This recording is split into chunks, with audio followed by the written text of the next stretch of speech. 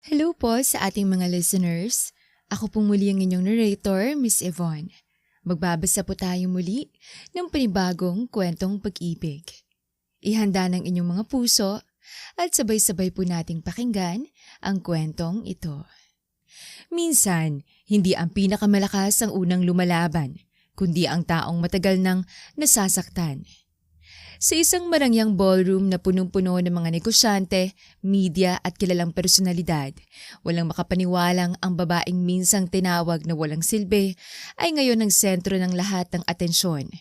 Tahimik lamang siyang nakatayo sa gitna ng entablado. Suot ang isang eleganteng kulay esmeraldang gown, nakataas ang noo at walang bakas ng dating takot sa kanyang mga mata. Sa kabilang dulo ng bulwagan, nanginginig ang mga kamay ni Leandro Villarreal. Katabi nito ang kanyang ina na si Marcela, halos mawala ng malay habang pinapanood ang malaking LED screen. Isa-isang lumabas ang mga larawan. Mga lihim na mensahe, mga bank records, mga litrato ng pagtataksil, mga video ng pananakit, at ang pinakahuling ebidensya, ito ang orihinal na kontratang pinapirmahan nila kay Amara Montemayor upang maagaw ang lahat ng mamanahin niya sa hinaharap. Napuno ng bulungan ng buong ballroom. Grabe! Akala ko ordinaryong babae lang yun. Anak pala siya ng chairman ng Montemayor Prime Holdings. Unti-unting napaatras si Leandro. Hindi siya makapagsalita. Hindi dahil sa takot, kundi dahil ngayon lamang niya napagtanto ang pinakamalaking pagkakamali ng buhay niya. Hindi niya sinayang ang isang mayamang babae. Sinayang niya ang nag-iisang taong tunay na nagmahal sa kanya. At habang nakatingin siya kay Amara, alam niyang huli na ang lahat. 3 taon bago ang grand reveal. Amara! Mula sa kusina, mabilis na tumakbo si Amara habang pinupunasan ng basang kamay sa kanyang lumang apron. Po, Mama Marcela? Pagdating niya sa sala, bumungad agad ang isang pares ng tsinelas. Tumama yon sa kanyang paa. Ano ba namang klaseng babae ka? Napakurap si Amara. Po? 8:00 na! Hanggang ngayon hindi pa napaplansya ang polo ng anak ko. Mama, natapos ko na po. Nasa kwarto na po niya. Tumatapang ka na ba? Umiling agad si Amara. Hindi po. Sasagot ka pa? Tahimik niyang ibinaba ang ulo. Hindi na ito bago. Halos araw-araw na siyang nakakarinig ng masasakit na salita mula nang ikasal siya kay Leandro. Nung una, sinusubukan pa niyang ipaliwanag ang sarili. Ngunit habang tumatagal, mas napapagod siyang magsalita. Mas pinili na lang niyang manahimik. Lumabas si Leandro mula sa kwarto habang inaayos ang kwelyo ng kanyang polo. Nay! Anak! Ngumiti agad si Marcela. Parang biglang nagbagong ugali nito. Kanina lamang ay halos durugin siya sa mga salita. Ngayon ay tila pinakamabait na ina sa buong mundo. Naplansya ba ni Amara ang polo mo? Tumango si Leandro. Opo. Hindi man lang nagpasalamat. Bulong ni Amara sa sarili. Bigla siyang napailing. Hindi. Hindi dapat siya umasang maririnig yon. 3 taon na silang kasal. 3 taon na rin siyang naghihintay ng simpleng salamat. Pero ni minsan, hindi yon dumating. Anong almusal? Tanong ni Leandro. Lugaw po tsaka tokwa. Napakunot noo agad ang lalaki. Lugaw na naman. Pasensya na, yun lang po ang kasya sa budget. Budget? Napatawa si Marcela. Ang lakas mong gumastos! Napatingin si Amara. Pero kayo pong umahawak ng ATM ni Andro. Sinasabi mo bang magnanakaw ako? Hindi po. Nako anak! Humarap si Marcela kay Leandro. Tingnan mong asawa mo. Wala pang naitutulong. Palamunin pa. Reklamador pa. Tahimik lang si Leandro. Hindi niya ipinagtanggol ang asawa. Hindi rin niya sinabing mali ang kanyang ina. Para bang normal lang ang lahat. At yun ang mas masakit.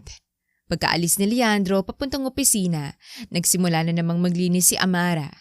Habang nagwawalis, napansin niyang may maliit na kahon sa ibabaw ng cabinet. Binuksan niya ito. Isang mamahaling relo, may resibo, 186,000 pesos. Nanlaki ang kanyang mga mata. Ang mahal? Hindi sila bumibili ng ganito.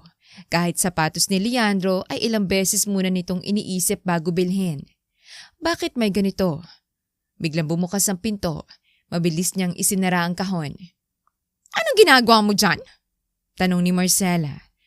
Naglilinis lang po. Talaga? Lumapit ito. Kinuha ang kahon at agad yung itinago sa bag. Huwag mong pinapakialaman ng gamit na hindi sayo. Napayuko si Amara. Opo. Ngunit sa isip niya, para kanino kaya ang relong yon? Bandang 10:00 ng umaga, lumabas si Marcela. Sinabi nitong pupunta raw sa palengke. Pero ilang minuto lang ang lumipas, may narinig na busina si Amara. Sumilip siya sa bintana. Hindi tricycle, hindi taxi. Isang mamahaling SUV. May lalaking nasa driver's seat. Nasa 50 taong gulang. Nakapolo. May suot na shades. Paglabas ni Marcela, agad itong ngumiti. At hinawakan pa nitong kamay ng lalaki bago sumakay. Nanlaki ang mata ni Amara. Hindi ba dating driver yun ni Papa? Napakunot noo siya. Bakit tila napakalapit ng dalawa? Hindi niya ito binigyan ng mali siya, baka nagkataon lang. Hindi pa niya alam na yun ang unang piraso ng lihim na unti-unting magpapabagsak sa pamilyang araw-araw siyang dinudurog. Kinagabihan, 12:00 na. Hindi pa rin umuwi si Leandro. Nakaupo lamang si Amara sa sala, malamig na ang hapunang niluto niya. Pangatlong beses na niya itong iniinit. Maya-maya, may tumigil na sasakyan. Ngumiti siya. Umuwi na rin. Mabilis siyang tumayo. Ngunit paglabas niya, tumambad ang isang eksenang nagpahinto sa tibok ng kanyang puso. May babaeng bumaba mula sa kotse. Napakaganda. Naka-designer dress. Matangkad, makinis, nakayakap ito kay Leandro. At bago bumalik sa sasakyan, hinalikan nito ang asawa niya sa pisngi. Napatigil si Amara. Hindi siya makagalaw. Hindi siya makahinga. Pagpasok ni Leandro sa gate, nagkatinginan sila. Nanigas ang lalaki sa pagkakahuli. Amara? Mahina niyang tanong. Sino siya? Tahimik ang buong bakuran, maging ang hangin ay tila huminto. Pagkatapos ng ilang segundong katahimikan, ngumisi si Leandro. Client. Hindi sumagot si Amara. Tahimik lang siyang tumingin sa lipstick mark na iniwan sa kwelyo ng polo nito. At sa unang pagkakataon, may kakaibang pakiramdam na bumalot sa kanyang puso. Hindi na ito simpleng selos. Hindi rin ito takot. Isa itong tahimik na kutob.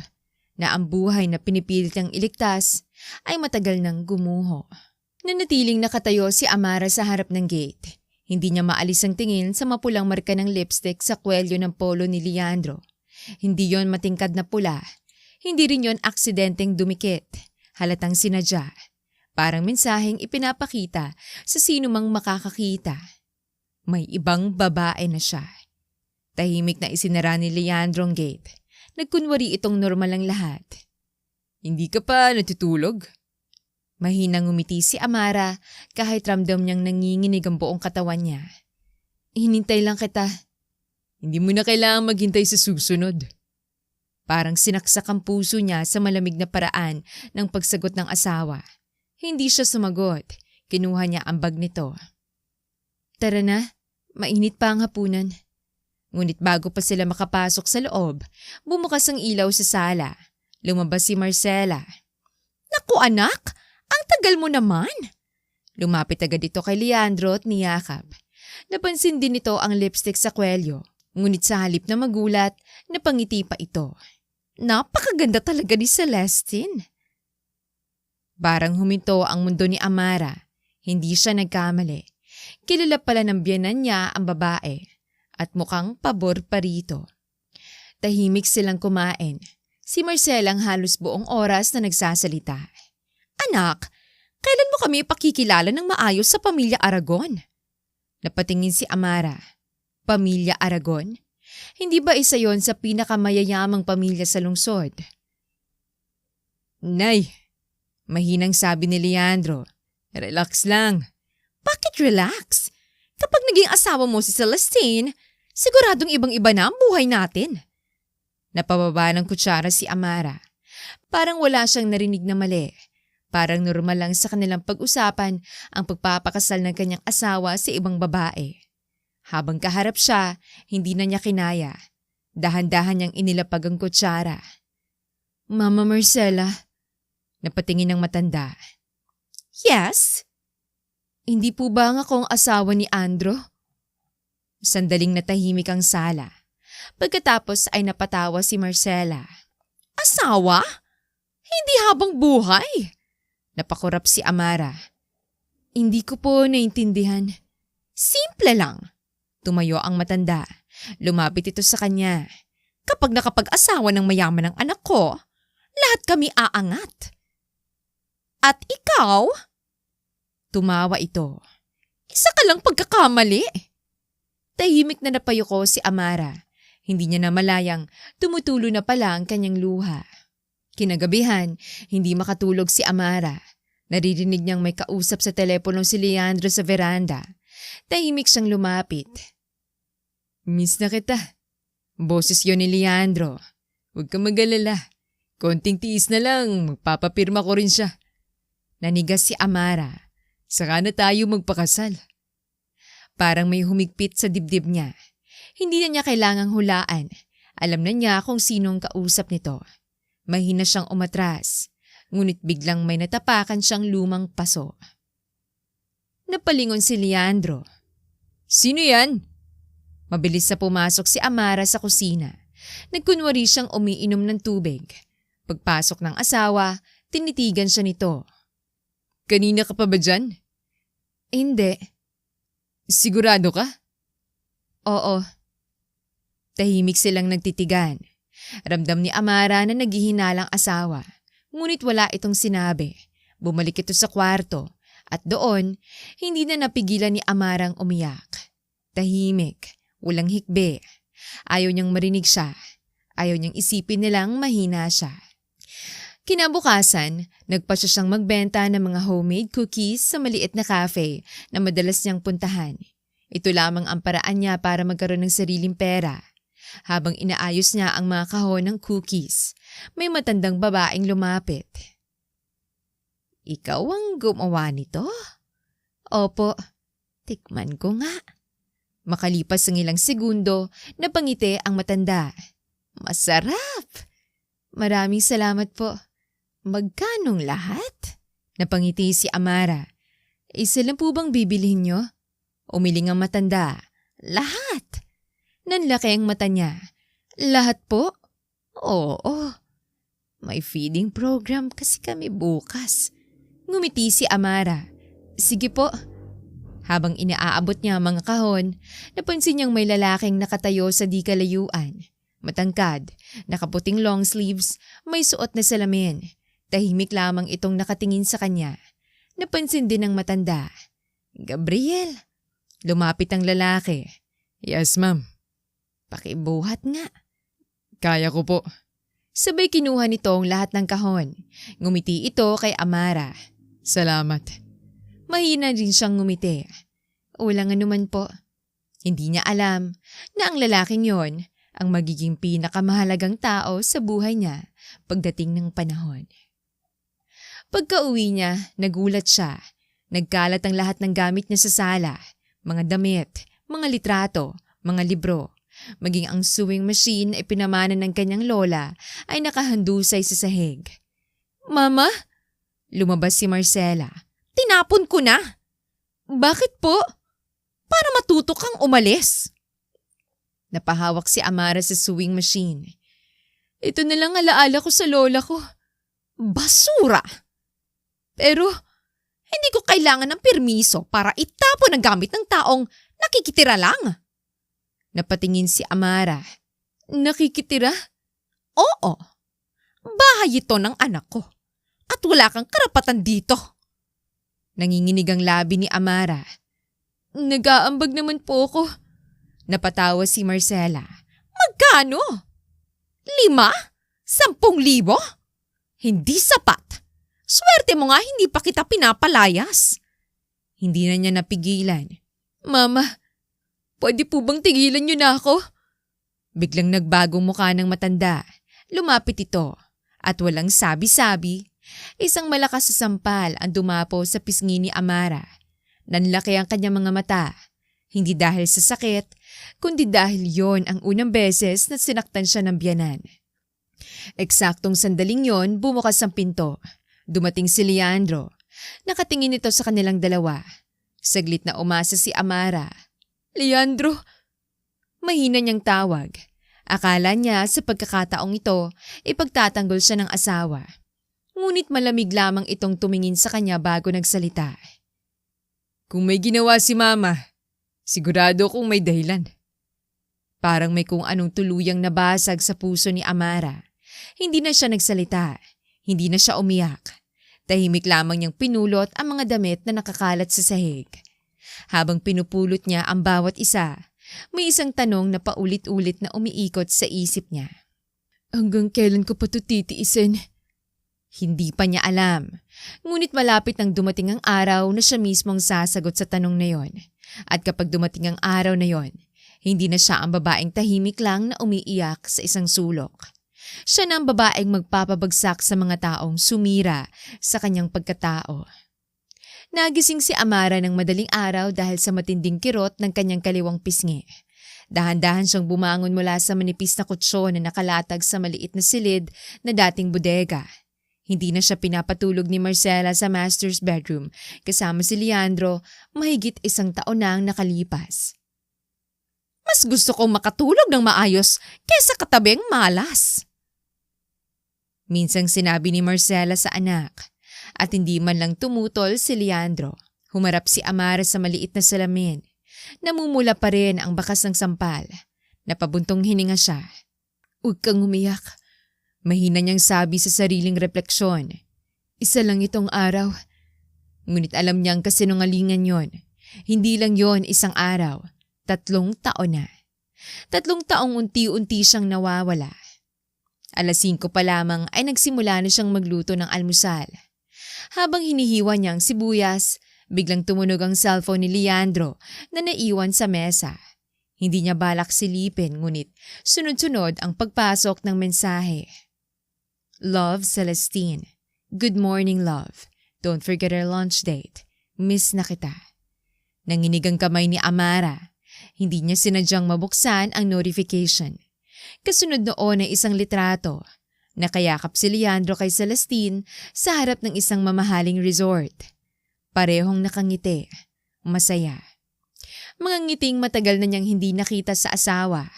Agad niyang ibinalik ang cellphone sa mesa. Hindi siya sumigaw, hindi siya nagwala. Tahimik lamang niyang ipinagpatuloy ang pagluluto habang isa-isang pumapatak ang kanyang luha sa kawali. "Ba't maalat ang sinigang?" Sigaw agad ni Marcela matapos humigop ng sabaw. "Pasensya na po." Hindi na natuloy ang sasabihin ni Amara. Biglang ibinuhos ni Marcela ang mainit-init pang sabaw sa lababo. "Sayang ang pagkain." Mahinang bulong ni Amara. "Lalo kang sayang." Malamig na sagot ng matanda. "Kung hindi ka marunong magluto, umalis ka na lang." Napatingin si Leandro sa asawa. Akala ni Amara ay magsasalita ito. Ngunit ang sinabi lamang nito ay, "Mag-order na lang tayo." Parang wala lang ang lahat. Parang hindi oras at pagod ng asawa niyang nasayang. Parang hindi rin taong kaharap niya. Bandang 10:00 ng umaga, may dumating na courier. "Mama Mara?" "Opo." "Pakipirmahan lang po." Tinanggap niya ang malaking brown envelope. Pagbukas niya, nanlamig ang kanyang buong katawan. Petition for divorce, kasamang property waiver, affidavit, settlement agreement, may sticky note pa sa ibabaw. "Pirmahan mo na para matapos ng lahat." Leandro. Napalunok si Amara. 3 taon ng pagsasama. Ganito lang pala matatapos. Hindi nagtagal ay dumating si Leandro. Parang hinihintay talaga nitong mabasa niyang laman ng sobre. "Nabasa mo na?" Tumango si Amara. "Ganito na ba talaga?" "Oo." "Bakit?" Umupo si Leandro. "Wala na tayong patutunguhan." Hindi ba pwedeng ayusin?" Napabuntong hininga ang lalaki. "Pagod na ako." "Sa akin? Oo. Tahimik si Amara. Anong pagkukulang ko? Amara, malamig ang boses ni Leandro.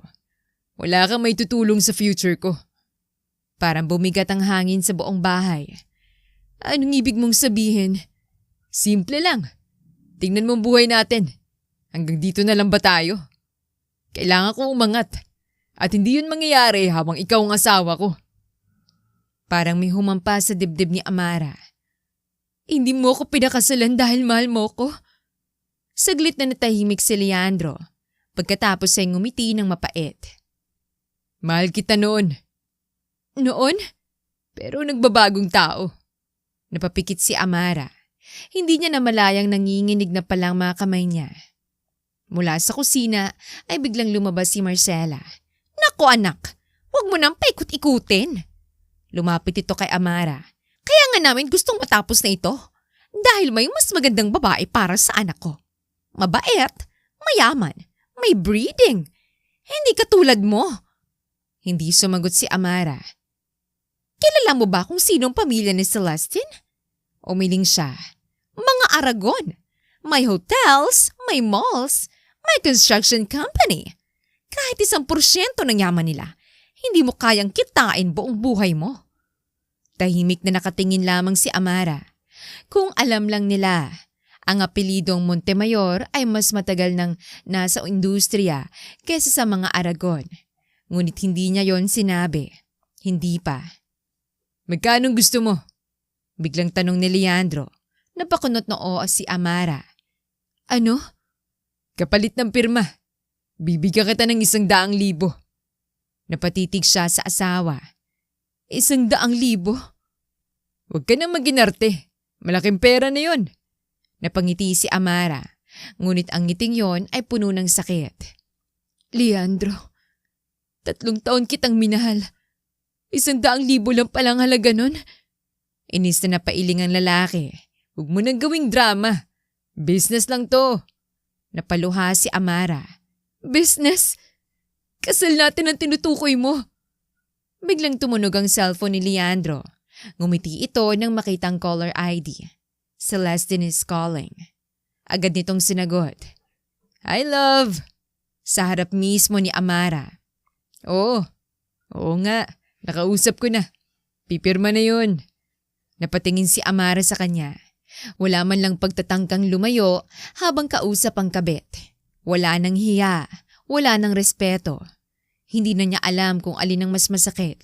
Ang pagtataksil o ang katotohanang wala na talaga siyang halaga sa puso ng lalaking minsan niyang inalay ang buong buhay. Pagkaalis ni Leandro, naiwan siyang mag-isa sa sala. Mahigpit niyang yakap ang divorce papers. Napaiyak siya. Hindi dahil gusto niyang manatili pa sa isang lalaking hindi na siya mahal, kundi dahil ngayon lamang niya tuluyang tinanggap ang katotohanan. Hindi na ang dating Leandro ang kaharap niya. Ang lalaking pinakasalan niya ay matagal nang nawala. Ang natitira ay isang taong handang ipagpalit ang asawa, kapalit ng pera at ambisyon. Bandang hapon, nagpasya siyang lumabas upang makahinga. Naglakad siya sa maliit na parkeng madalas nilang puntahan noon ni Leandro. Doon sila unang nangarap. Doon sila unang nagplano ng simpleng buhay. Ng simpleng pamilya. Ng simpleng bahay. Ngunit ngayong mag-isa na siya sa parehong bangko, parang panaginip na lamang ang lahat. Habang nakayuko siya, may lumapit na isang pamilyar na boses. Miss. Nag-angat siya ng tingin. Ang lalaking tumulong magbuhat ng cookies kahapon. Si Gabriel. May dala itong 2 tasa ng kape. Ngumiti ito ng bahagya. Parang kailangan niyo to. Napatingin si Amara sa kape. Pagkatapos ay sa kanya. Bakit niyo ako tinutulungan? Tahimik na umupo si Gabriel sa kabilang dulo ng bangko. Hindi ko alam. Siguro may mga taong halatang mabigat ang dinadala kahit hindi nagsasalita. Napangiti si Amara sa unang pagkakataon matapos ang maraming araw. Mahina, ngunit totoo. Hindi pa niya alam na ang simpleng tasang kape na yon ang magiging simula ng unti-unti niyang muling paniniwala na may mga taong marunong makinig ng hindi humuhusga. At may mga lalaking marunong magbigay ng respeto nang hindi hinihingi. Magkatabi sina Amara at ang estrangherong lalaki sa iisang bangko, ngunit may sapat na distansya sa pagitan nila. Hindi ito katulad ng ibang lalaking nakilala niya na agad, nagpakilala o nagtatanong ng personal na buhay. Tahimik lamang itong nakaupo. Nasa kamay nito ang isang tasa ng mainit na kape. Samantalang ang isa ay iniabot nito kay Amara. "Mainit pa." Mahinahon itong sabi. Sandaling nag-alinlangan si Amara bago niya tinanggap ang tasa. "Salamat." "Walang anuman." Muli silang natahimik. Hindi komportableng katahimikan. Sa halip, nakakagaan. Parang sa unang pagkakataon, matapos ang mahabang panahon, may taong hindi siya pinipilit magsalita. Ilang minutong lumipas bago muling nagsalita ang lalaki. "Masarap ang cookies nyo." Napatingin si Amara. "Kayo pala yung kahapon?" Ngumiti ito ng bahagya. "Oo." "Hindi ko pa kayo napapasalamatan." "Hindi naman kailangan. Ipinamigay pala ng foundation ng lola kong lahat ng ginawa niyo sa mga batang nasa evacuation center." Lahat sila natuwa. Bahagyang napangiti si Amara. "Talaga po?" 3 bata pang humingi ng dagdag. Napatawa siya ng mahina. Unang beses yung may nakapagpangiti sa kanya matapos ang ilang linggo. Napansin yun ng lalaki at tahimik lamang itong ngumiti. "Ako nga pala si Gabriel." Iniabot nito ang kamay. "Gabriel Alvarado." Sandaling nag-atubili si Amara bago siya nakipagkamay. "Amara." "Amara." Hindi na nito tinanong ang apelyido niya. Hindi rin ito nagtaka kung bakit namamaga ang mga mata niya. Parang sapat nang malaman nitong Amara ang pangalan niya. "Ano pong trabaho niyo?" Tanong ni Amara. "Corporate lawyer." Napakurap siya. "Abogado pala kayo?" "Oo." "Kayo?" Sandaling natahimik si Amara. "Nagbebenta lang po ako ng pastries." "Lang?" Napatingin siya rito. "Maraming taong nagsisimula sa maliit. Wala namang maliit na pangarap." Hindi niya alam kung bakit pero tila tumama sa puso niya ang simpleng pangungusap na yon. 3 taon na siyang sinasabihan na wala siyang silbi. Ngayon lang ulit may nagsabing may halaga ang ginagawa niya. Tumunog ang cellphone ni Gabriel. Tiningnan lamang nito ang screen saka pinatay. "Hindi niyo sasagutin?" "Pwede namang mamaya." "Baka importante." Ngumiti ito. "Mas importanteng taong umiiyak sa harap ko." Biglang napahawak si Amara sa kanyang pisngi. "Hindi naman ako umiiyak." Hindi niya namalayang muli na palang tumutulo ang kanyang luha. Nahihiya siyang mabilis itong pinunasan. "Hindi ko napansin." "Wala pong masama sa pag-iyak," sabi ni Gabriel. "Ang mas masama ay yung araw-araw kang nasasaktan pero kailangan mong magkunwaring okay." Parang may bumara sa lalamunan ni Amara. Paano nito nasabi yon? Parang alam nitong nararamdaman niya. Samantala, sa kabilang bahagi ng lungsod, nasa isang mamahaling restaurant sina Leandro at Celestine. Nagtatawanan ng dalawa habang kumakain. "Ilang araw na lang?" tanong ni Celestine. "Konti na lang," sagot ni Leandro. "Pipirma na siya." "Sigurado ka?" "Oo." "Hindi na yun lalaban." Ngumiti si Celestine. "Buti naman. Kasi ayoko maging kabit habang buhay." Hinawakan ni Leandro ang kamay nito. "Hindi na magtatagal. Kapag kasal na tayo, papasok na ako sa kumpanya ng daddy mo." Ngumiti si Celestine. Hindi niya alam na hindi siya minamahal ni Leandro. Isa lamang siyang hagdan. Isa pang taong balak nitong gamitin. Habang pauwi si Amara, nagpasya siyang dumaan sa supermarket. Kailangan niyang bumili ng harina. Habang nakapila siya sa cashier, may tumawag sa kanya. "Amara!" Paglingon niya, si Leandro, kasama si Celestine. Nanlaki ang mga mata niya. Hindi niya inaasahang magkikita sila. "Anong ginagawa mo rito?" Malamig na tanong ni Leandro. "Bumibili lang." Napatingin si Celestine sa basket ni Amara. Harina, mantikilya, asukal at noodles. Ngumiti ito ng mapangmata. Ikaw ba yung asawa? Tahimik na tumango si Amara. Hi! Ako si Celestine. Parang wala itong pakialam na siyang dahilan ng pagkasira ng isang pamilya. Sa halip, parang pinagmamalaki pa nito. Kilala kita. Mahinang sabi ni Amara. Talaga? Oo, narinig ko ang pangalan mo. Ngumiti si Celestine. Pasensya ka na. Hindi ko naman sinasadya. Talagang nahulog lang ang loob namin sa isa't isa. Naramdaman ni Amara ang paninikip ng kanyang dibdib. Ngunit nanatili siyang kalmado. Hindi mo kasalanan. Napatingin si Celestine. Ha? Kung may dapat man akong sisihin, yun ay ang lalaking nangakong magiging tapat habang buhay. Napatingin si Leandro kay Amara. Parang hindi niya inaasahang ganoon ang isasagot nito.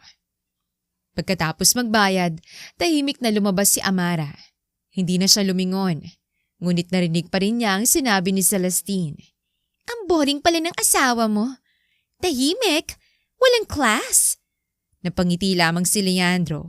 Hindi man lang siya ipinagtanggol.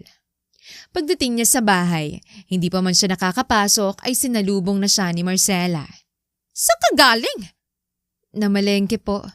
Talaga? Biglang inagaw ng matanda ang supot. 3 oras kang namalengke? May dinaanan lang po ako. Napansin ni Marcela ang resibo. Mahigit 1,000. Saan galing ang perang ito? Kita ko po sa cookies. Napangisi ang matanda. Talaga?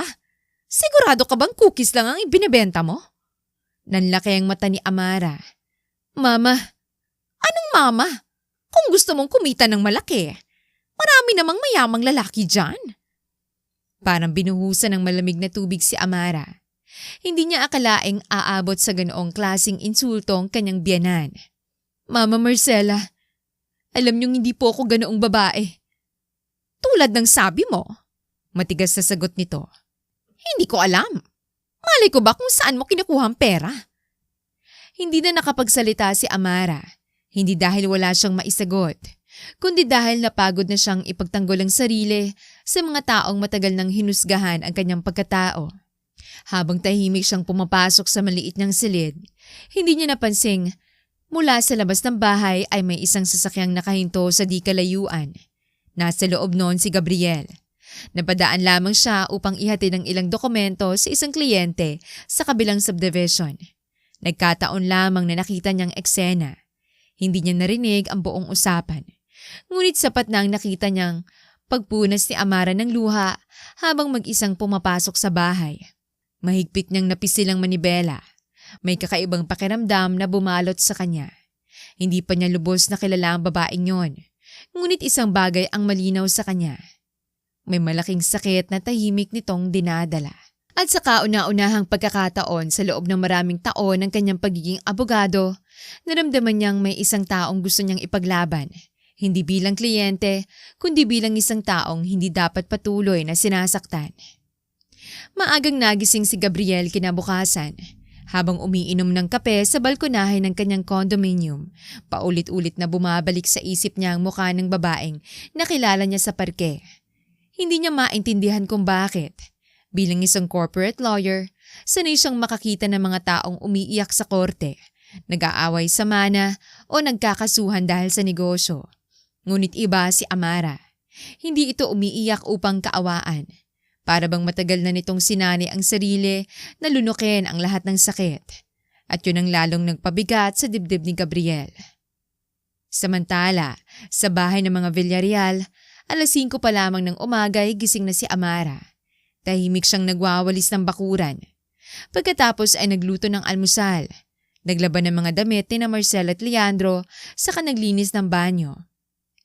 Hindi pa man siya nakakapagpahinga ay narinig na niya ang boses ng biyanan. Amara! Mabilis siyang lumabas. Po? Tapos na bang labada? Opo. Planchado na mga polo? Opo. Napakain mo na ba ang mga aso?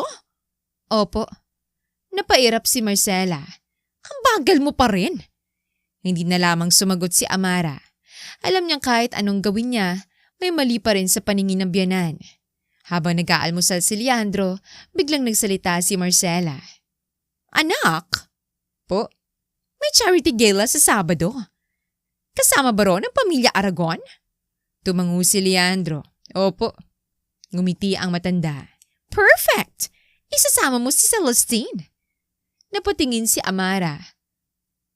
Pero mag-asawa pa po kami. Napalingon si Marcela. Ano ngayon? Legal pa rin po kaming kasal. Tumawang matanda. Sandali na lang naman. Huwag ka nang umasa. Tahimik lang si Leandro. Hindi man lang nito sinaway ang ina. Pagkatapos ng almusal, nagmamadaling umalis si Leandro. Ngunit sa pagmamadali, naiwan nito ang isang manipis na itim na folder. Pupulutin sana yon ni Amara upang itabi. Ngunit isang papel ang nahulog. Napakunot noo siya. May logo ito ng Aragon Crest Holdings. Nakasulat sa itaas, Confidential Business Proposal. Napansin niyang may bahagi roong naka-highlight. Kapag naging legal ng miyembro ng pamilyang Aragon si Leandro Villarreal, hindi na niya itinuloy ang pagbabasa. Agad niyang binalikan dokumento. Hindi siya sanay mangialam, ngunit nagsimulang mabuo ang isang tanong sa isip niya. Talaga bang pag-ibig ang dahilan kung bakit gustong pakasalan ni Leandro si Celestine? O may iba pa? Bandang tanghali, nagtungo si Gabriel sa Montemayor Prime Holdings para sa lingguhang legal briefing. Habang hinihintay ang chairman, nagkukwentuhan ng ilang executives. Nabalitaan mo ba? Alin, may balak daw makipag-partnership ang Aragon Crest sa isang bagong consultant. Sino? Leandro Villarreal yata ang pangalan. Napakunot noo si Gabriel. Villarreal? Parang pamilyar ang apelido, ngunit hindi niya agad maalala kung saan niya yon narinig. Ang sabi ng source ko, gusto raw ng lalaki na makapasok sa pamilya Aragon para magkaroon ng access sa negosyo. Napaisip si Gabriel. Hindi normal ang ganoong usapan. Mas lalo pa siyang nagtaka nang marinig ang isa pang executive. May asawa na yata yun.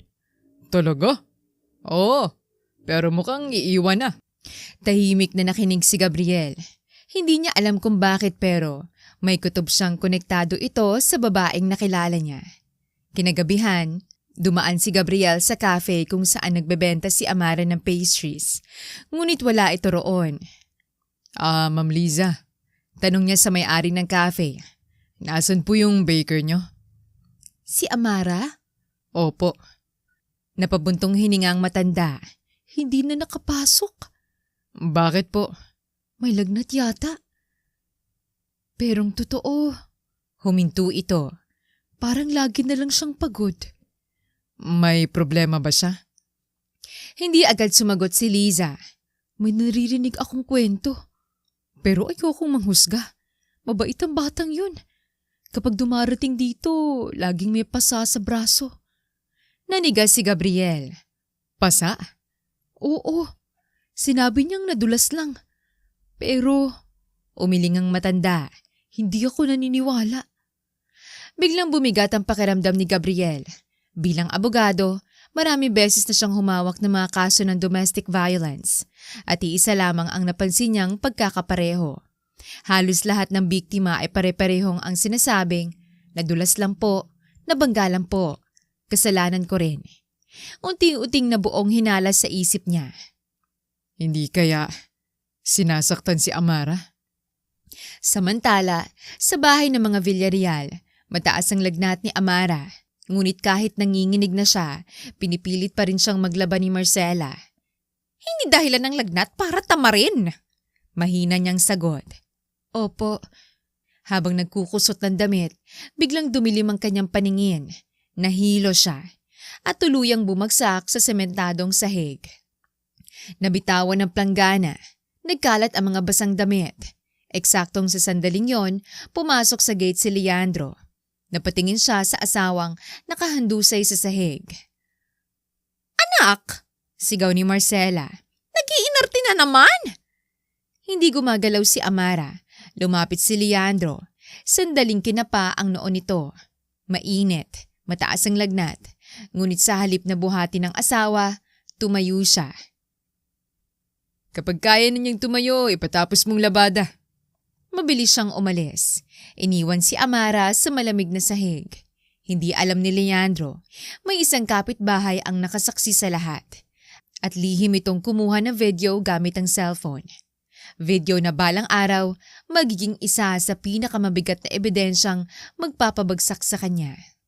Nanatiling nakahandusay si Amara sa malamig na sementadong sahig. Unti-unting lumalabo ang kanyang paningin habang naririnig pa rin niya ang boses ni Marcela. Ayan! Kapag tamad talaga! Kung ano-anong artig ginagawa! Hindi na niya alam kung ilang minuto siyang nakahiga. Wala man lamang lumapit upang alalayan siya. Ni isang basong tubig, wala. Maging ang lalaking minsan nang nangakong aalagaan siya habang buhay ay tumalikod lamang na parang wala siyang halaga. Maya-maya'y bumukas ang maliit na gate sa gilid ng bahay. Amara! Napatingin si Marcela. Naku! Aling Nena! Lumapit ang halos sa 60 taong gulang na kapitbahay na matagal nang nakakakita sa sitwasyon ni Amara. Anong nangyari sa bata? Wala! Nag-iinarte lang! Hindi pinansin ni Aling Nena ang sagot nito. Agad siyang lumuhod sa tabi ni Amara at kinapa ang noon nito. Diyos ko, napakataas ng lagnat! Naiiling siyang tumingin kay Marcela. Bakit pinaglaba mo pa? Hindi ko kasalanan kung mahina siya. Napabuntong hininga ang matanda. Hindi na siya nakipagtalo. Tinulungan niyang makabangon si Amara. Halika anak, dadalhin muna kita sa health center. Hindi pa man sila nakakalabas ng gate ay nagsalita si Marcela. Huwag kang umasa na babayaran namin ng gamot. Mahinang ngumiti si Amara kahit nanginginig. Ako na po. Mas lalo lamang nainis si Marcela sa tuwing nakikita niyang hindi sumasagot si Amara. Hindi nito alam na mas malakas ang katahimikan kesa sigawan. Habang pupunta sila sa Barangay Health Center, napansin ni Aling Nena na hirap nang maglakad si Amara. Anak, matagal na ba yung mga pasa mo?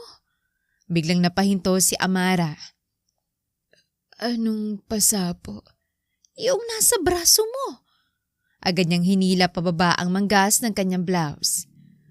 Nabanggalan po ako. Napailing si Aling Nena. 40 taon na akong barangay health volunteer. Marunong na akong kumilala ng pasa. Hindi na sumagot si Amara. Tahimik lamang siyang naglakad. Pagdating sa health center, agad siyang sinuri ng nurse. High fever, 39.8. Napakunot ang noo ng nurse habang pinagmamasdan ang mga braso niya. Ma'am, pwede ba kitang tanungin? Tumango si Amara. May nananakit ba sa inyo? Biglang bumigat ang pakiramdam niya. Wala siyang maisagot. Muli niyang naalala ang unang beses na tinulak siya ni Leandro, ang unang sampal ni Marcela. Ang bawat gabing umiiyak siya ng tahimik. Ngunit sa huli, ngumiti lamang siya. Wala po. Nakita yon ni Aling Nena at lalo siyang nalungkot. Samantala, sa opisina ng Aragon Crest Holdings, masayang nakaupo sina Leandro at Celestine. Congratulations! Ngumiti ang ama ni Celestine na si Don Ricardo Aragon. Nakakatuwa na seryoso ka sa anak ko. Salamat po, sir. Pero may isang kondisyon. Napatingin si Leandro. Kailangan malinis ang pangalan mo. Wala dapat sabit. Oo naman po.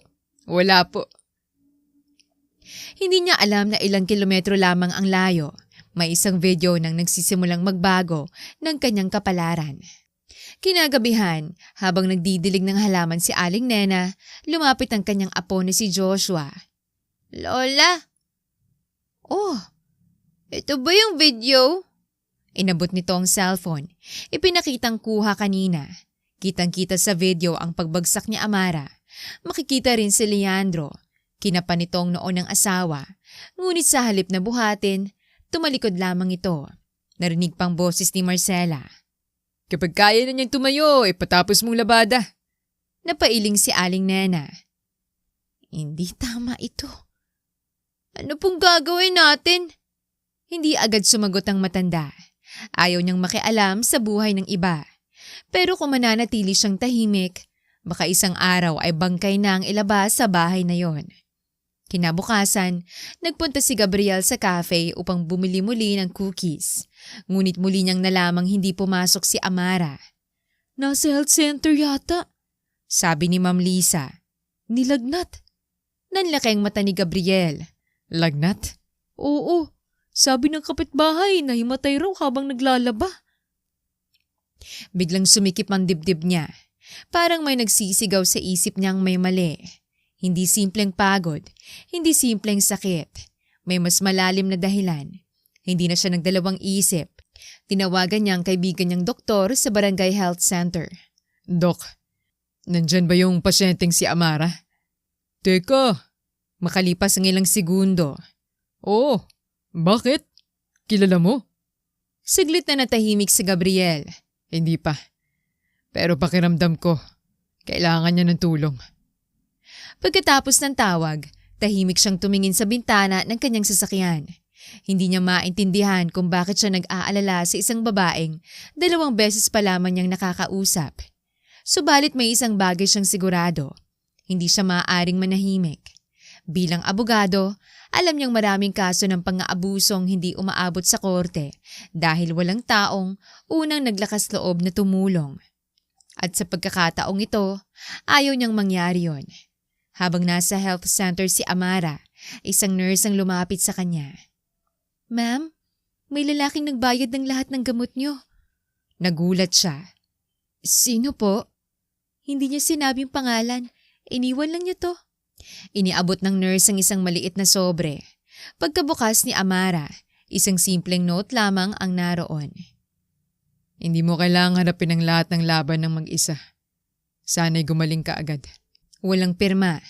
Ngunit sa ibabang sulok ng papel ay may maliit na emboss ng isang law firm, Alvarado Legal Associates. Hindi niya namalaya na napangiti siya. Sa gitna ng lahat ng taong paulit-ulit na nagpaparamdam na wala siyang halaga, may isang estrangherong hindi humihingi ng kapalit. Tahimik lamang itong nagbibigay ng kabutihan. Hindi pa alam ni Amara na ang maliit na note na yon ang magiging simula ng pinakamahalagang alyansa sa kanyang buhay. At hindi rin alam ni Gabriel na sa pagtulong niya sa babaeng yon, unti-unti na rin niyang babaguhin ang sarili niyang kapalaran. Lumipas ang 2 araw, bahagyang bumaba ang lagnat ni Amara. Ngunit hindi ang sakit na dinadala ng kanyang puso. Pagka-uwi niya mula sa health center, wala man lang nagtanong kung kumusta na ang kanyang pakiramdam. Si Marcela ay abala sa panonood ng teleserye. Si Leandro naman ay halos hindi na umuuwi.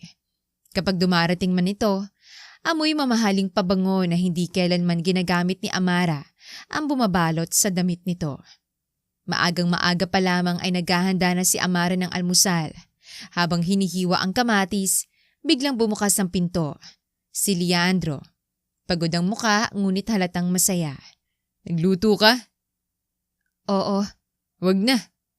Napakunot noo si Amara. Kumain na kami. Kami? Ni Celestine. Parang sinadyang idiin ang pangalan. Tahimik na binalik ni Amara ang kutsilyo sa chopping board. Hindi na siya nasaktan gaya nung mga nakaraang araw. Sa halip, may kung anong unti-unting namamatay sa loob niya. At marahil yun na ang natitirang pag-asa niyang magbabago pa ang kanilang pagsasama. Habang kumakain si Leandro ng prutas, inilabas nito ang divorce papers. Napag-isipan mo na ba? Tahimik na tumingin si Amara sa mga papel. Hindi pa. Biglang bumagsak ang tinidor sa mesa. Ano pa bang iniisip mo? Leandro, mahina ang boses niya.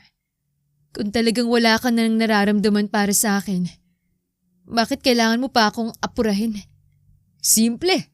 Gusto ka nang matapos to. Hindi lang yon. Tahimik na tumingin si Amara sa asawa. May baka pang dahilan?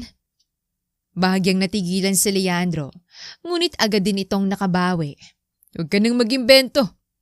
Tumayo ito at kinuha ang mga dokumento. Bibigyan kita ng 1 linggo. Pagkatapos nyon, ayokong gumawa ka pa ng eksena. Pagkaalis ni Leandro ay tahimik na umupo si Amara. Hindi niya napansin na may nahulog na maliit na business card mula sa bulsa ng asawa. Pinulot niya yon. Aragon Crest Holdings. Sa likod nito ay may nakasulat na kamay. Once the divorce is finalized, we can proceed with the investment agreement. Napakurap siya. Investment agreement? Hindi ba't sinabi ni Leandro na dahil lamang sa pag-ibig ang relasyon nila ni Celestine? Bakit may usapang negosyo? Mas lalo siyang nalito. Kinahapunan, nagpunta siya sa cafe upang ihatid ang bagong batch ng cookies. Natuwa si Ma'am Liza nang makita siyang nakangiti kahit papano. Mukhang gumanda na ang pakiramdam mo. Opo. May nag-order ulit ng 100 kahon. Talaga? Oo. Pareho pa rin. Anonymous. Napangiti si Amara. Hindi niya alam kung sinong taong yon, pero malaking tulong ang bawat order. Habang inilalagay niya ang mga cookies sa kahon, biglang tumunog ang kanyang cellphone. Hindi pamilyar ang numero. Hello? Tahimik munang nasa kabilang linya. Pagkatapos, isang pamilyar na boses ang nagsalita. Amara. Parang tumigil ang paghinga niya. Papa. Nanginginig ang kamay niyang napahawak sa mesa. 3 taon. 3 taon na hindi niya narinig ang boses ng kanyang ama. Sa kabilang linya, mahina ring nagsalita si Don Lorenzo. Kamusta ka na, anak? Hindi agad nakasagot si Amara. Napuno ng luha ang kanyang mga mata. Okay lang po ko. Alam niyang kasinungalingan yon. At alam din yon ng kanyang ama. Talaga ba? Tahimik. Sabi ng boses mo. Hindi. Napakagat ng labi si Amara. Hindi niya kayang sabihin ng totoo. Siya ang lumayo. Siya ang nagsabing kaya niyang mabuhay nang wala ang tulong ng kanyang pamilya. Paano siya babalik ngayong wasak na siya? Anak. Malambing na tawag ni Don Lorenzo. Hindi kita tinawagan para pagalitan. Nabalitaan kong may sakit ka. Nanlaki ang mata ni Amara. Paano niyo nalaman? Nasa isang lungsod lang tayo. At hindi tumitigil ang isang ama sa pagbabantay sa anak niya. Napaluha si Amara. Hindi pala siya kailanman nakalimutan. Makalipas ang ilang minutong pag-uusap, may isang kahilingan si Don Lorenzo. Pwede ba kitang makita? Napahigpit ang hawak ni Amara sa cellphone. Hindi siya agad sumagot. Kung hindi ka pa handa, hihintayin kita. Pero sana, hayaan mong makita ka namin ng mama mo. Kinagabihan, matagal na nakaupo si Amara sa harap ng lumang kahon na dala niya noong umalis siya sa mansyon ng mga Montemayor. Nasa loob pa rin ng ilang litrato, isang graduation picture, isang family vacation, at isang maliit na silver necklace na may letrang M. Regalo yon ng kanyang ama noong 18 kaarawan niya. Hindi niya kailanman isinusuot dahil ayaw niyang malaman ni Leandro ang tunay niyang pagkatao. Hinawakan niyang kwintas. Unti-unti niyang naaalala ang mga salitang binitawan ng kanyang ama nung araw na pinili niyang sumama kay Leandro. Kapag dumating ang araw na mapagod ka, anak, huwag mong isipin na wala ka nang babalikan. Ang tahanan natin ay mananatiling tahanan mo. Biglang tumulong luha ni Amara. Hindi pala isinara ng kanyang mga magulang ang pinto. Siya lamang ang natakot bumalik. Kinabukasan, maagang umalis si Amara. Sinabi niyang magde-deliver lamang siya ng cookies. Hindi niya alam na lihim pala siyang sinusundan ni Marcela. Nako! Ngumisi ang matanda habang nakasakay sa tricycle. Tingnan nga natin kung saan talaga nagpupuntang babaeng ito. Samantala, huminto ang taxi ni Amara sa isang tahimik at eleganteng cafe sa Makati. Ilang segundo siyang nakatayo sa labas. Nanginginig ang kanyang mga kamay. Hindi dahil sa takot, kundi dahil hindi niya alam kung paano haharapin ang mga magulang matapos ang 3 taong pagkawala. Pagpasok niya sa cafe, agad niyang nakitang isang lalaking nakaupo sa sulok. May puting buhok na, ngunit matikas pa rin ang tindig. Nang magtagpo ang kanilang mga mata, sabay silang natigilan. Unti-unting tumayo si Don Lorenzo. Amara! Hindi na napigilan ng dalagang kanyang sarili. Tumakbo siya patungo sa ama. At sa unang pagkakataon, matapos ang 3 taon, mahigpit siyang niyakap nito. Patawad, Papa! Paulit-ulit niyang sambit habang umiiyak. Patawad! Mahigpit siyang niyakap ni Don Lorenzo. Wala kang dapat ipag-sorry anak. Ang mahalaga, nandito ka na. Hindi alam ni Amara, sa labas ng cafe, nakatayo si Marcela. Nanlaki ang mga mata nito nang makitang eksena. Hindi niya kilalang matandang lalaki. Ngunit nakita niyang bumaba ito mula sa isang mamahaling sasakyan na may logo ng Montemayor Prime Holdings. Napaatras si Marcela. Hindi. Hindi maaari. Mabilis niyang inilabas ang cellphone at kinuhanan ng litrato sina Amara at Don Lorenzo. Hindi pa niya alam ang buong katotohanan, pero nagsimula na siyang maghinala. May malaking lihim na itinatagong manugang niya. At ang lihim na yon ang sisira sa lahat ng plano nila. Mahigit 10:00 na ng gabi ngunit maliwanag pa rin ang opisina ni Don Lorenzo Montemayor. Nakalatag sa mahabang conference table ang iba't ibang dokumento, financial reports, litrato, bank records, CCTV screenshots at mga resulta ng background investigation na isinagawa sa loob ng halos 2 taon. Tahimik na pinagmamasdan ni Amarang lahat. Parang unti-unti niyang nakikita ang tunay na mukha ng lalaking minsan niyang minahal. Hindi lamang pala ito manloloko, isa rin pala itong oportunista. Huminga siya ng malalim. Attorney Gabriel, napatingin ng abogado. Kung kakasuhan natin sila ngayon, matatapos ba agad lahat? Tahimik na inilapag ni Gabriel ang hawak niyang folder. Hindi. Napakunot noo si Amara. Bakit? Dahil kulang pa ang pinakamalagang ebidensya. Ano yun? Ang intensyon. Tahimik siyang nakinig. Kailangan nating mapatunayan na planado nilang gamitin ka para sa pera at koneksyon. Hindi sapat ang pagtataksil, hindi sapat ang pambababae.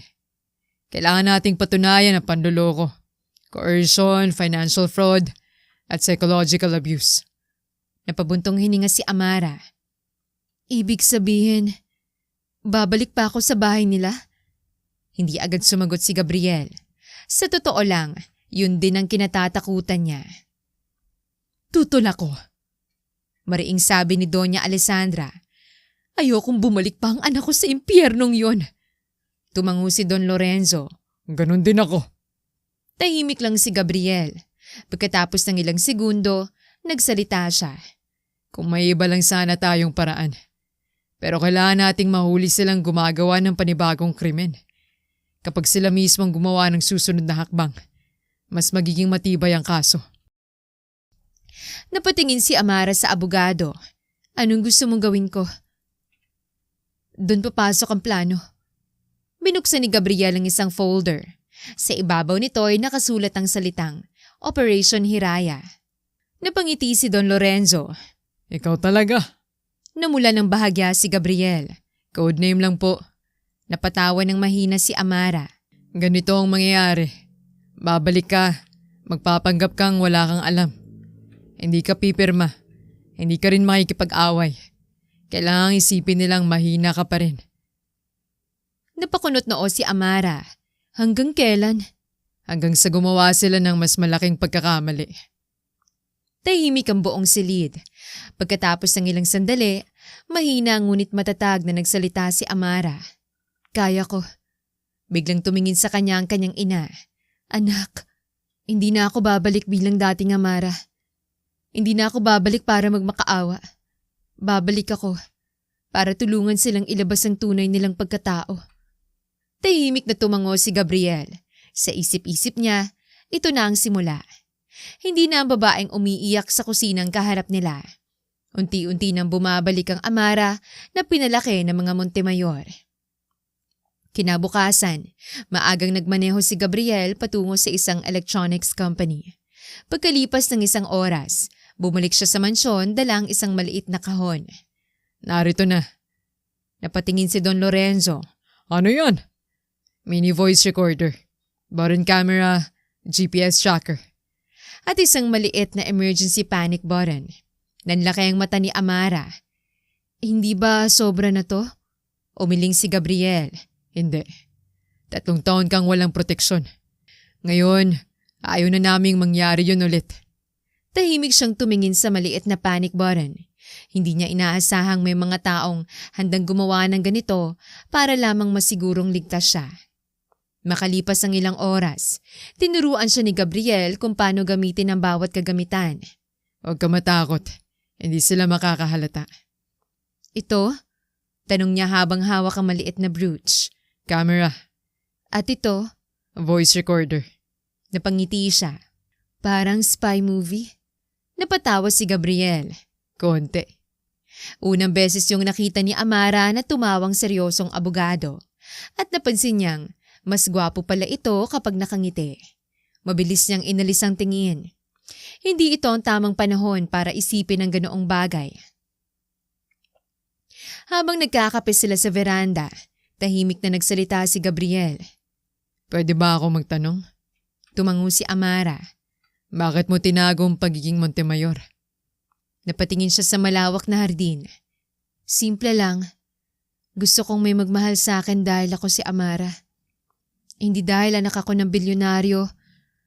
At nang makilala ko si Leandro, akala ko siya na yun. Nagkamali ako. Hindi. Mahina niyang sabi. Nagtiwala ka lang. Napangiti si Amara. Pareho lang yata yun. Hindi.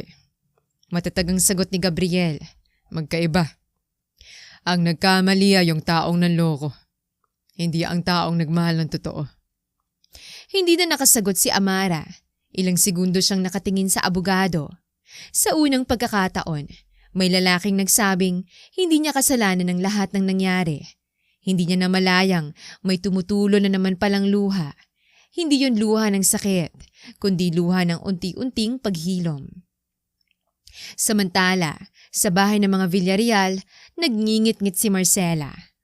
2 araw nang wala ang babaeng yon. Sumabat si Leandro habang naglalaro sa cellphone. Babalik din. At kung hindi? Kahit wag na. Tumayo si Marcela. Hindi! Kailangan niyang bumalik. Napakunot noo si Leandro. Bakit naman? Yung divorce papers. Kailangan niyang pumirma. Tsaka, huminto ang matanda. Hindi niya sinabing tunay niyang iniisip.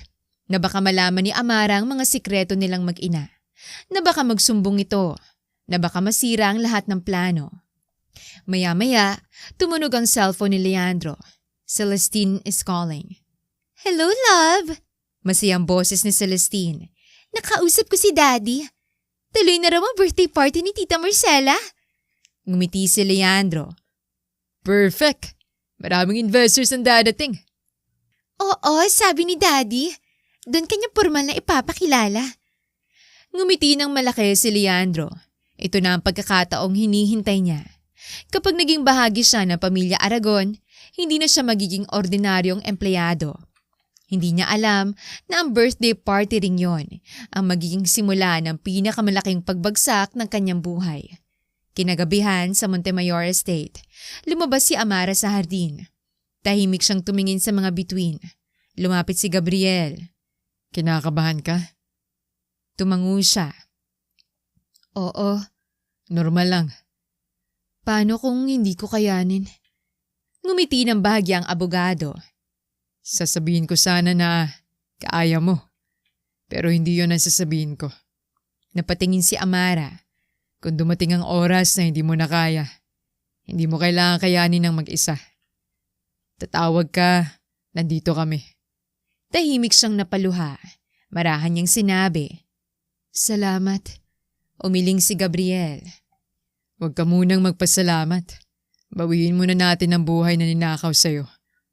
Habang nakatingin sila sa kalangitan, hindi nila namalayang yun na pala ang gabing nagsimulang magbagong lahat. Dahil kinabukasan, babalik si Amara sa bahay ng mga Villarreal. Hindi na bilang ape, kundi bilang isang babaeng handang hayaang mahulog ang kanyang mga kaaway sa sarili nilang bitag.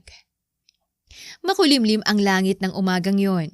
Tahimik na nakatayo si Amara sa harap ng malaking salamin sa kanyang dating silid sa Montemayor Estate. Suot niya ang isang simpleng puting blouse, maong na pantalon at lumang handbag na siya ring dala niya nung umalis siya sa bahay ng mga Villarreal ilang araw nang nakalipas. Hindi siya pinayagan ng kanyang ina na isuot ang mamahaling mga damit na binili nito para sa kanya. Ngunit siya mismong tumanggi. Kailangan nilang isipin na ganun pa rin ako. Tahimik na tumango si Gabriel. Tama. Kapag naniwala silang mahina ka pa rin, mas magiging kampante sila. Lumapit si Doña Alessandra at inayos ang kwelyo ng anak. Sigurado ka ba rito? Ngumiti si Amara, ngunit halata sa kanyang mga mata ang kaba. Hindi na ako bumabalik bilang asawa nila. Saksi na lang ako ngayon. Mahigpit siyang niyakap ng kanyang ina. Kapag hindi mo na kaya, isang tawag lang. Tumango si Amara. Hindi niya alam kung bakit pero ngayon lang niya naramdaman ang pakiramdam na may pamilyang sasalo sa kanya kapag siya ay nadapa. Sa labas ng mansyon, tahimik na naghihintay si Gabriel sa tabi ng kanyang sasakyan. Iniabot niya ang maliit na brooch na may nakatagong camera. Naalala mong napag-usapan natin? Tumango si Amara. Huwag makikipagtalo, huwag maunang magalit. Hayaan silang magsalita. At kung sakaling may mangyaring delikado, itinaas niya ang maliit na panic button. Pindutin mo lang to. Hindi ako lalampas ng 5 minuto. Napangiti si Amara. Attorney? Salamat. Umiling si Gabriel. Kapag tapos na ang lahat, saka ka magpasalamat. Nagkatinginan sila ng ilang segundo. Hindi nila namalayang parehong ngumiti ngunit mabilis ding umiwas ang tingin ni Gabriel. Hindi ito ang tamang panahon. Mas mahalaga muna ang kaligtasan ni Amara. Eksaktong 9:00 ng umaga, huminto ang taxi sa harap ng bahay ng mga Villarreal. Huminga ng malalim si Amara. Pagkabukas niya ng gate, agad siyang sinalubong ng matinis na boses ni Marcela. Aba! Bumalik ka rin pala! Parang walang nangyari. Parang hindi siya nito pinalayas. Parang hindi siya nito sinaktan. Tahimik lamang siyang yumuko. Magandang umaga po. Napairap si Marcela. Akala ko tumakas ka na. Hindi po. Saan ka galing? Nagkunwari si Amara na nag-alinlangan.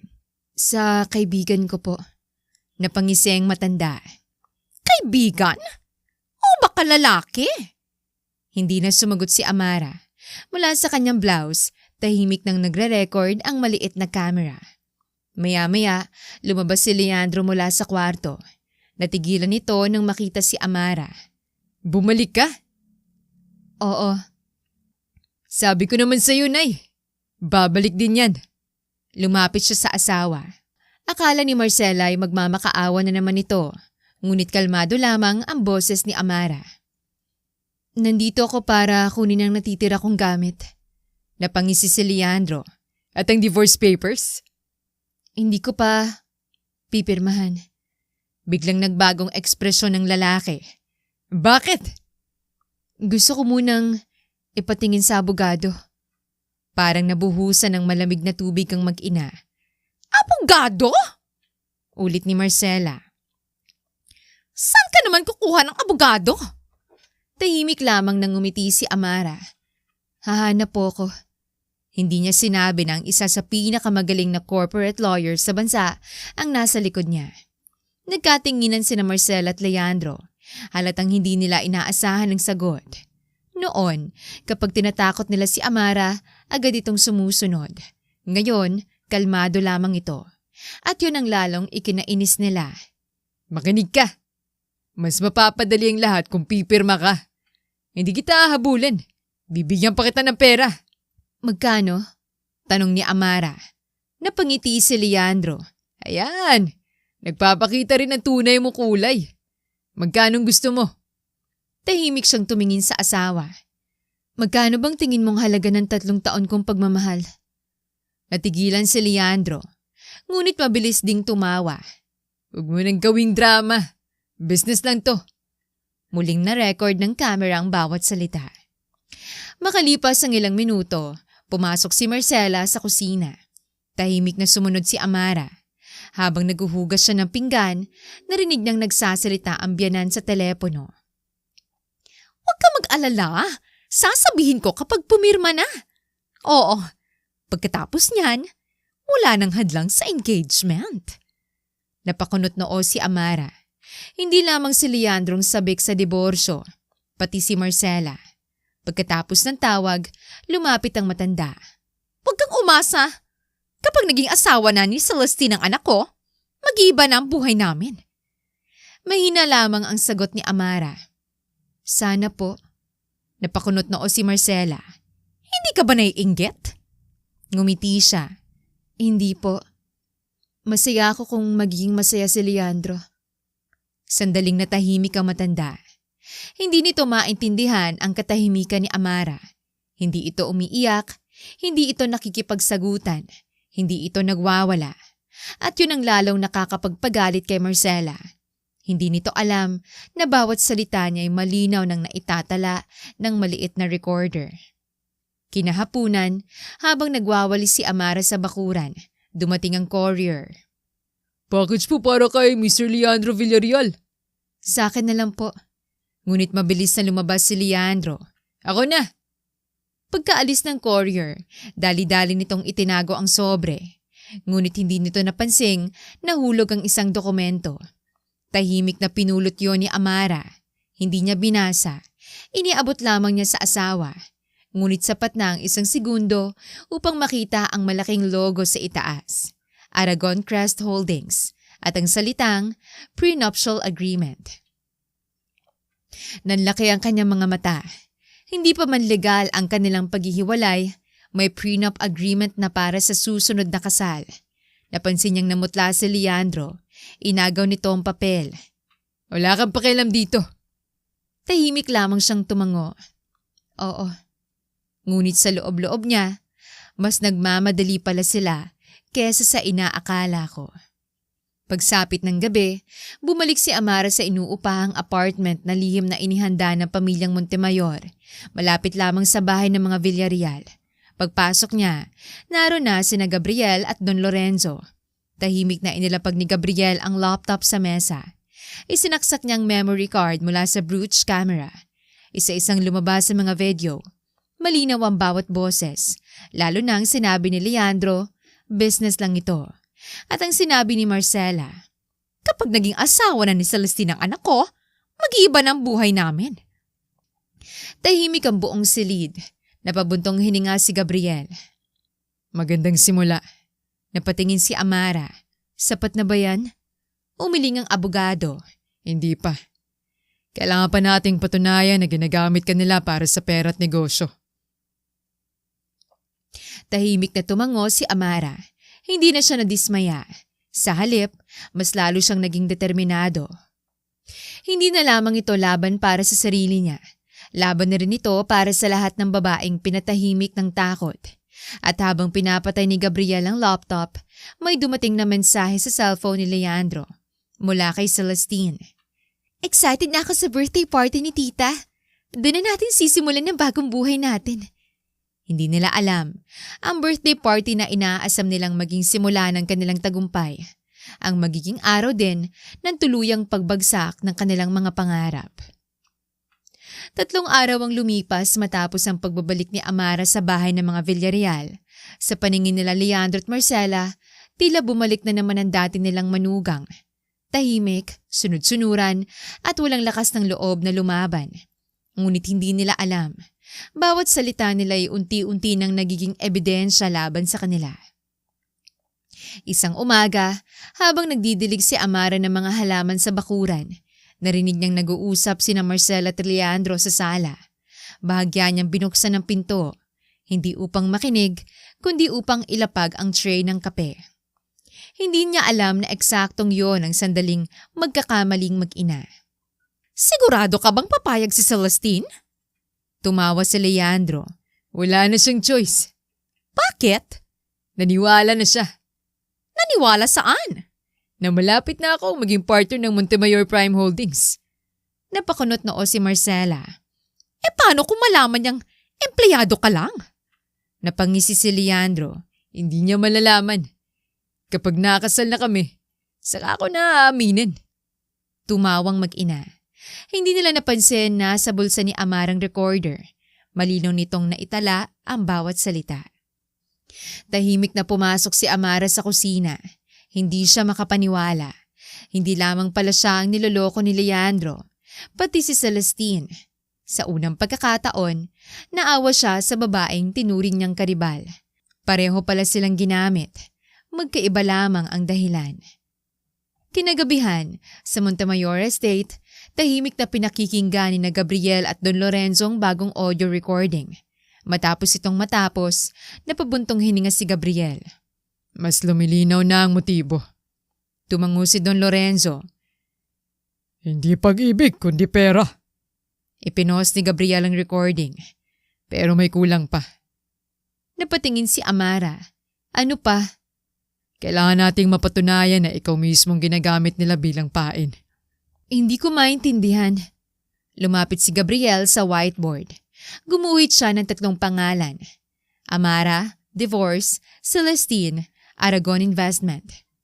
Kapag napatunayan natin ang diborsyo ay bahagi ng financial scheme, hindi na to simpleng hiwalayan. Maaari na tong pumasok sa fraud at coercion. Tahimik na tumango si Amara. Unti-unti na niyang naiintindihan ang kabuuan ng plano. Kinabukasan, tinawagan ni Leandro si Amara. May lakad tayo. Saan? Huwag ka na magtanong. Makalipas ang 30 minuto, humintong sasakyan sa isang mamahaling hotel. Napakunot noo si Amara. Bakit tayo nandito? Basta. Pagpasok nila sa function hall, napansin niyang maraming taong naka-formal attire. Mga negosyante, mga investor, mga kilalang personalidad. Hindi siya komportable. Leandro, bakit mo ko'y sinama? Ngumiti ka lang. Huwag ka magsasalita. Lalo siyang nagtaka. Ilang minutong lumipas, lumapit ang isang lalaking nasa 50 taong gulang. Ikaw ba ang asawa ni Leandro? Opo. Ngumiti ang lalaki. Mukhang napakaswerte mo. Bago pa makasagot si Amara, biglang sumingit si Leandro. Simple lang po ang asawa ko. Mahiyain. Hindi sanay sa ganitong gathering. Napansin ni Amara ang paraan ng pagsagot nito. Parang kinahihiya siya. Mula sa kabilang dulo ng ballroom, tahimik na pinagmamasdan sila ni Gabriel. Nakaitim na suit, kasamang ilang abogado ng Montemayor Group. Hindi siya lumapit. Ayaw niyang mahalata. Ang totoo, inibitahan din siya sa parehong business event bilang legal consultant ng isa sa mga sponsors. Pagkakita pa lamang niya kay Leandro ay agad siyang nagtaka. Bakit isinama nito si Amara? May kutob siyang may mangyayaring hindi maganda. Habang nagsisimula ang networking event, lumapit si Celestine. Suot ang mamahaling evening gown. Nang makita si Amara, bahagya itong napangiti. Akala ko, matagal ka nang pumirma. Tahimik lamang si Amara. Hindi siya sumagot. Ngunit mabilis na nagsalita si Leandro. Konting panahon na lang. Pinapakiusapan ko pa. Ngumiti si Celestine. Sana bilisan mo. May hinihintay na tayong investors. Napatigil si Amara. Investors? Bakit kailangan ng mga investor ang diborsyo nila? Lalong lumalalim ang kanyang hinala. Makalipas ang ilang sandali, tinawag si Leandro sa entablado. Ladies and gentlemen, Masayang sabi ng host. ipinapakilala namin ang Future Business Development Consultant ng Aragon Crest Holdings. Palakpakan ng buong ballroom. Ngunit bago pa makalapit si Leandro sa mikropono, may lumapit ng isang investor. Congratulations! Narinig naming malapit ka nang maging miyembro ng Pamilya Aragon. Ngumiti si Leandro. Malapit na po. At ang asawa mo? Tanong ng investor habang tumitingin kay Amara. Sandaling natahimik si Leandro. Pagkatapos ay ngumiti. Temporary issue lang po. Malapit na rin naming maayos. Nanigas si Amara. Temporary issue? Ganito na lamang ba ang tingin nito sa kanilang kasal? Isang problemang kailangang alisin para yumaman? Tahimik na kinuyom ni Gabriel ang kanyang kamao. Narinig niya ang buong usapan. Mabilis niyang inilabas ang cellphone at nag-record mula sa malayo. Hindi niya maaaring gamitin ang emosyon. Kailangan niya ng ebidensya. At binigayon ni Leandro ng kusa. Pagkatapos ng programa, nagpaalam si Amara na pupunta lamang sa comfort room. Ngunit sa hallway, bigla siyang nakarinig ng pamilyar na boses. Si Leandro kasamang ama ni Celestine. Sir, wag po kayong mag-alala. Pipirma ng asawa ko. Kailangan lang pong paikutin. Tumawa si Don Ricardo Aragon. Huwag mo lang sabihing may hahabulin pa siyang pera. Napangisi si Leandro. Wala po. Hindi niya alam na wala naman talaga siyang makukuha. Tumigil sandaling paghinga ni Amara. Sa wakas, narinig na rin niya mismong tunay na dahilan. Hindi siya basta asawa. Isa lamang siyang hadlang sa negosyong gustong makuha ni Leandro. At handa itong gamitin ng kahit sino, maging ang sarili niyang asawa upang maabot ang ambisyon. Tahimik siyang umatras. Hindi niya napansing nasa likod niya si Gabriel. Hindi ito nagsalita. Iniabot lamang nito ang isang panyo. Napatingin si Amara. Huwag mo hayaang makita nilang umiiyak ka.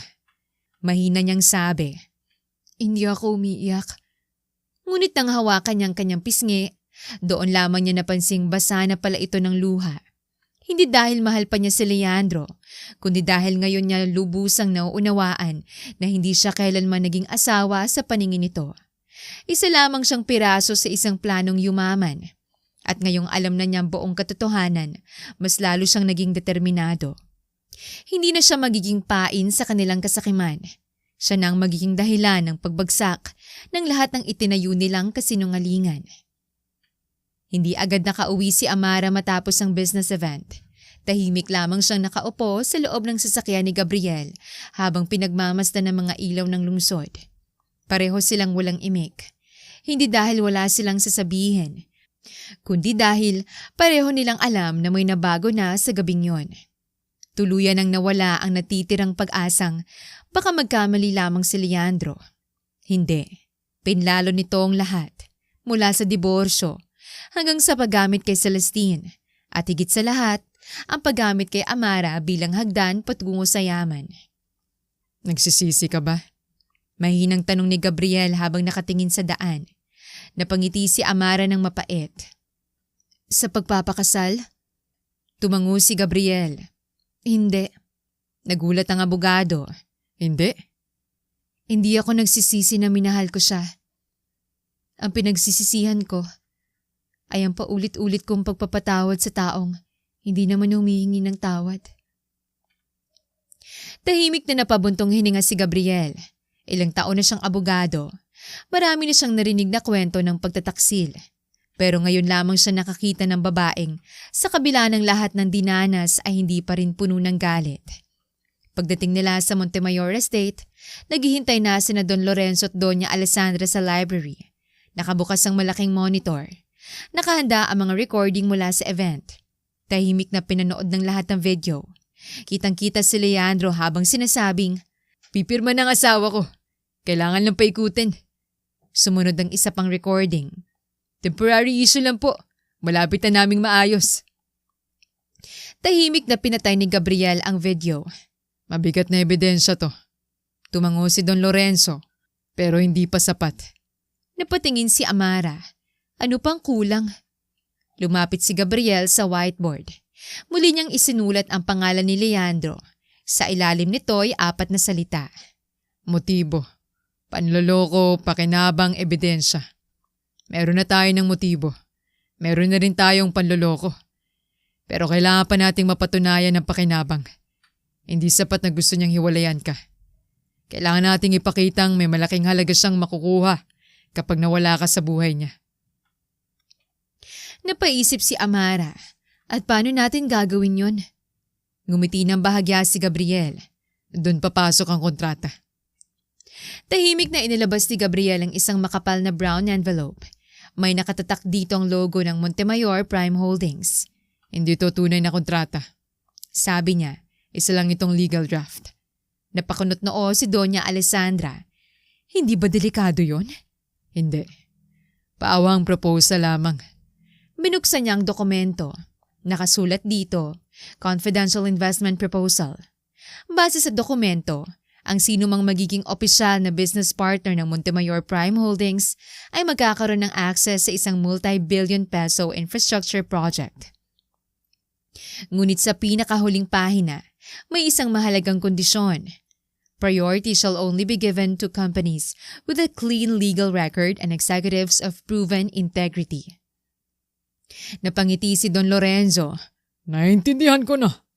Tumango si Gabriel. Hayaan nating makarating ang balitang to kay Leandro. At kapag sinubukan niyang dayain ang proseso, siya mismong magbibigay sa atin ng huling ebidensya. Tahimik na nakinig si Amara. Pero paano makakarating sa kanya? Ngumiti si Gabriel. May paraan. Kinabukasan, nagpunta si Gabriel sa opisina ng isang matagal na niyang kakilala, si Arturo Salcedo, isang senior consultant na madalas ding kausap ng mga executive ng Aragon Crest Holdings. Gabriel, bihira kang bumisita. May inilapag siyang folder sa mesa. Hindi ko kailangan ng pabor. Ang kailangan ko, chismis. Napatawa si Arturo. Ikaw pa talaga ang humihingi niyan. Ngumiti si Gabriel. Hindi mo kailangan magsinungaling. Ipaalam mo lang sa tamang tao na naghahanap ang Montemayor Group ng bagong strategic partner. Tapos, wala na. Ako nang bahala sa susunod.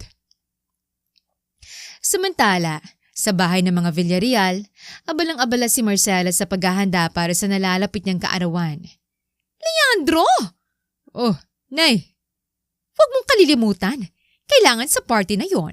Mukha tayong mayaman. Ngumisi ang lalaki. Huwag kang mag-alala. Pagkatapos ng party, iba na ang buhay natin. Hindi nila napansin na tahimik na naghahain ng tanghalian si Amara. Nakabukas ang recorder sa loob ng kanyang apron. Maya-maya, may dumating na tawag para kay Leandro. Mabilis itong lumabas ng bahay. Tahimik na sumunod si Amara sa may bintana. Hindi siya nakikinig. Nagdidilig lamang siya ng halaman. Ngunit malinaw ang boses ni Leandro. Talaga? Sinong source?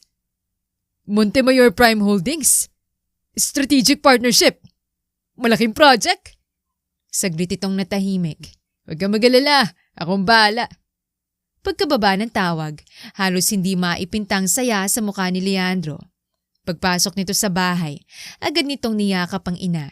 Panalo tayo! Anong nangyari? Naghahanap ng bagong partner ng Montemayor Prime Holdings. Nanlaki ang mata ni Marcela. Talaga? Oo. Kapag naging asawa ko si Celestine, madali na tayong makakapasok. Tahimik na napangiti si Amara habang naghihiwa ng gulay. Hindi niya kailangan tumingin. Narinig na niya ang gusto niyang marinig. Nahulog na sa unang bitag si Leandro. Kinagabihan, nagkita muli sina Gabriel at Amara sa apartment. Iniabot niya ang recorder. Tahimik na pinakinggan ni Gabriel ang laman nito. Pagkatapos ng recording, napangiti siya. Gumana. Napatingin si Amara. Anong ibig mong sabihin? Hinahabol niya agad ang balita. Ibig sabihin, tamang hinala natin. Hindi pag-ibig ang habol niya, kundi negosyo. Tahimik na tumingin si Amara sa recorder. Parang isang maliit na bagay lamang ito. Ngunit unti-unti nitong inilalantad ang tunay na mukha ng lalaking minsan niyang pinangarap makasama habang buhay. Habang inaayos ni Gabriel ang mga dokumento, hindi niya napansing tahimik siyang pinagmamasdan ni Amara. Napansin niyang kahit pagod na ang abogado, maingat pa rin itong sinusuri ang bawat detalye. Bakit? Mahinang tanong ni Amara. Bakit mo ginagawa ang lahat ng to? Huminto si Gabriel. Matagal bago siya sumagot. Bilang abogado, trabaho ko ipaglaban ng tama. Ngumiti si Amara. Hindi lang yun. Napabuntong hininga si Gabriel. Hindi pa siya handang sabihin ang totoong dahilan na sa bawat araw na lumilipas, mas lalo niyang hinahangaan ng babaeng nasa harapan niya. Sa halip ay ngumiti lamang siya. Kapag tapos na ang lahat, tsaka ako sasagutin ang tanong na yan. Nagkatinginan silang dalawa. At sa unang pagkakataon, pareho nilang naramdamang may damdaming unti-unting nabubuo. Tahimik, magalang at hindi minamadali. Ngunit sa kabilang panig ng lungsod, habang abala si Leandro sa pagbuo ng mga pangarap niyang yumaman, hindi niya alam na bawat hakbang niya papunta sa Montemayor Prime Holdings ay hakbang ding papalapit sa sarili niyang pagbagsak.